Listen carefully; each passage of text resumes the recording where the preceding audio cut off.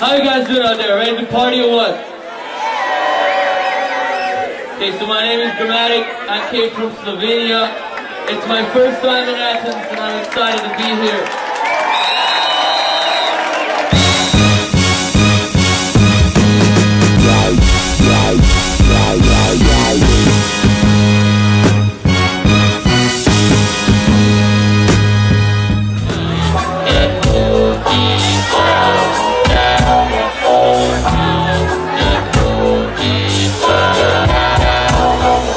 Καλησπέρα λοιπόν, για Afghanet Radio, για άλλο ένα ακόμα event. Έχουμε βρεθεί εδώ, σήμερα Αθήνα, στο Κύτταρο Club. Gramatik, ένας από τους σπουδαίους πολυμορφικούς παραγωγούς, έκανε ένα τρομερό event και τον έχουμε στην παρέα μας σήμερα για μια αποκλειστική συνέντευξη στο Afghanet Radio. Hello. Hi. Hi Greece. Hi Athens. How are you doing? So it's your first time here in Greece? Yes, my first time actually ever, not just performing. You were somewhere before Greece, before Athens, for a European tour or something? No, this is actually the first show of the small European tour we're doing right now, and this is the start. So we're going to Larissa next, then Thessaloniki, then we have Bucharest and Vienna and so forth. So I'm excited to do this. And then after the tour, we go mid-summer, like mid-June, we start the extended US tour, which is going to last like the whole summer. So I'm excited for that as well. I've heard that you're moving to New York. Is that true? That is true. My managers and lawyers are working on the visas and stuff. So as soon as that happens, I'm moving across. I'm going to be stationed in Brooklyn most probably. So yeah. Yeah, great. It's going to be awesome.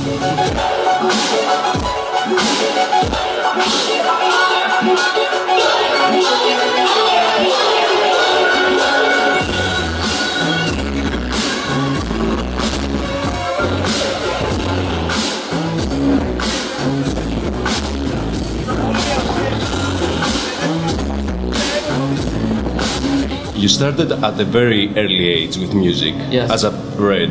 Yeah. What triggered you? Do you remember? I remember. That's a good question. I mean, when I was a kid, what I'm gonna tell you, I don't remember exactly, but my mom told me that when I was like very young, she used to find me glued to the stereo that we have in the living room, just listening to like I don't know, rhythm and blues and James Brown and stuff like that, that my dad used to listen to. So I was like really little. I don't remember that, but she used to find me like glued to the speakers, just listening and tapping my feet. So this is what she tells me. I knew you were going to be a musician at an early age. So, and as far as I remember, it was always like the funky and rhythm and blues stuff when I was like really small, and really young age. So this is probably what triggered, and then as the years, went by and I started listening to more and more stuff, and when my parents saw that I'm attracted to music, they got me into piano lessons and I started playing some Beatles songs and stuff like that. So, and we made a band in our elementary school, like very early, like 4th grade, and we were performing for school plays, and it was funny. I mean, we weren't like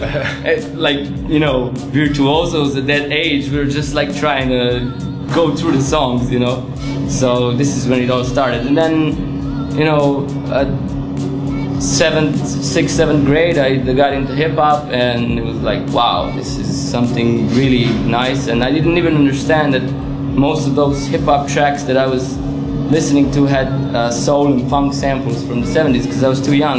There was no internet at this level to find out that, and we were kids practically. So then when I found out that actually those tracks are all based on samples from funk and soul from the 70s, I was like, wow, this is actually how you do this, instrumental. So then it progressed into me, sitting behind the first sequencer and trying to make my first beat. So that was basically a short version of the story.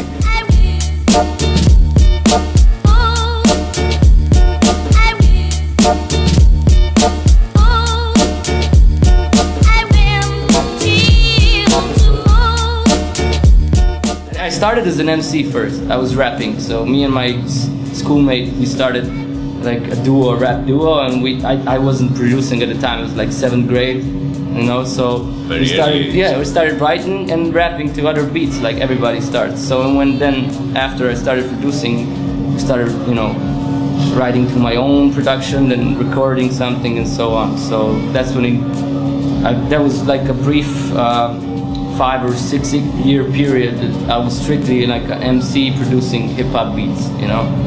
Why did you stop doing the MC?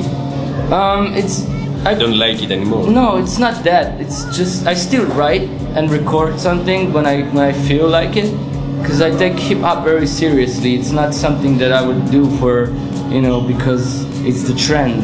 But I got into lyrical side first, which was very personal to me. You know, lyrics in hip hop, in real hip hop that are true and real. It's like it's very important to from inside, yeah. from the heart, and trying to explain what are you living, what are you trying to achieve at that moment in your life. So I took it very personally, and then of course we were rapping in Slovenian, which is our native language. Hip hop, and I mean writing was always a hobby for me. Yeah. So I kept it like a hobby, and then my priority was trying to make a living from something I love to do the most. And making a living with Slovenian hip hop is practically impossible. So because it's nobody listens to it if they're not Slovenian, and we're a small country of 2 million people, and you can imagine if there's only 2 million people in the country, how many of those people actually listen to hip hop and go to, you know, concerts and stuff and buy CDs.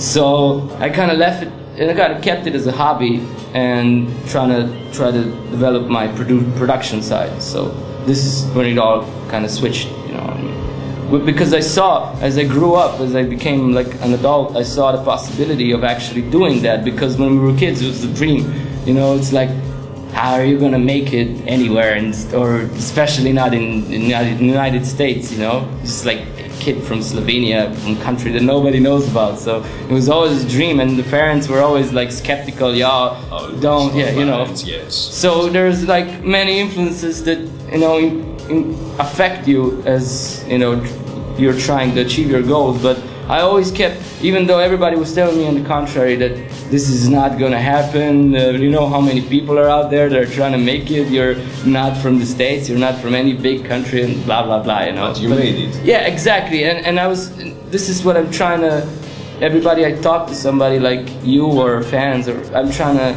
convey that message that it's doable. No matter where the fuck you come from, it's, if you believe in it and work hard, which is the most important part, you can do it.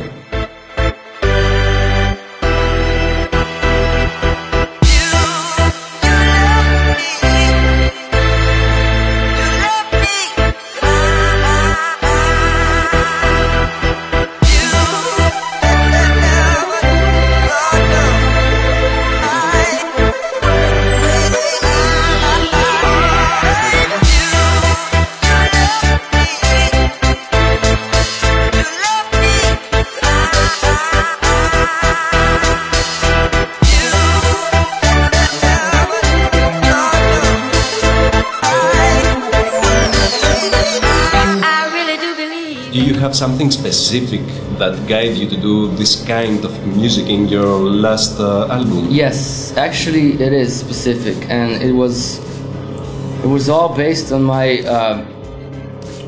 big taste for music. You know, as years pass by, I find myself having a bigger and bigger appetite for different styles of music. And Evolution. yeah, exactly. And I don't bother myself with trends like, you know, if I started with hip-hop, I should only do hip-hop because, you know, that's hip-hop. Yeah. No, I take it as good or bad music. There's nothing else for me. I mean, to define it beyond that, it's pointless. So, with no shortcuts, I was trying to do something that could combine all the fucking genres that I love listening to into one style that could hopefully sound original from myself. So, if you listen to No Shortcuts, you can hear influences from hip-hop, like sample-based hip-hop, to electro house, to breaks, to everything. Yeah. So this is my attempt of trying to incorporate all those genres that I like and I love listening into one genre that could be my own signature style.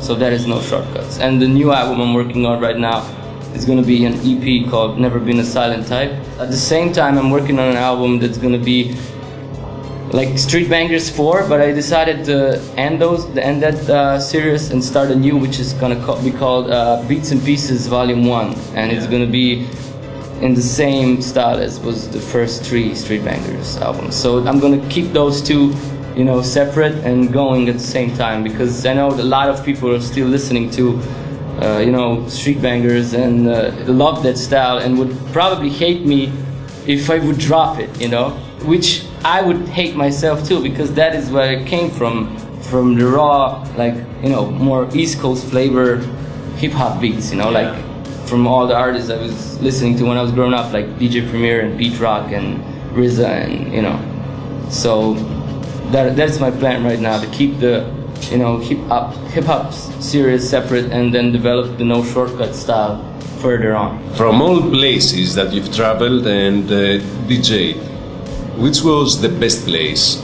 Not as a country, as a place, as the vibes, the feelings, the crowd and everything. That's very easy. Once you played in New York, it's probably it's as good as it gets, you know. I mean, I haven't been to a lot of places, you know, outside of you know, the Western world, so I can't say for sure, but right now New York is the winner for sure. I've had 2 shows there in 2009 and 2010 on my both US tours, and both times it was like, the vibe of that city is something beyond description for me.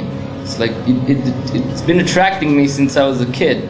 Every time I saw New York I mean, it's kind of cliche. I know it sounds cliche because everybody likes New York and, you know, it's the center of the world and blah, blah, blah, but it's really not that, I know, superficial for me.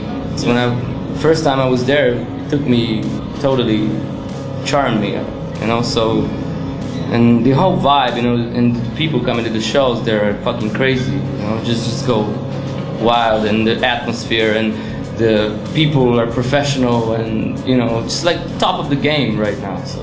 Okay, thank you very much. Thank you. It was really nice meeting you. Nice to meet you. And have a great time in Athens and the other places that you're going. Yeah, I'm gonna try to see as much as I can while I'm here. Yeah. Thank you. Okay, thank you very much. Peace.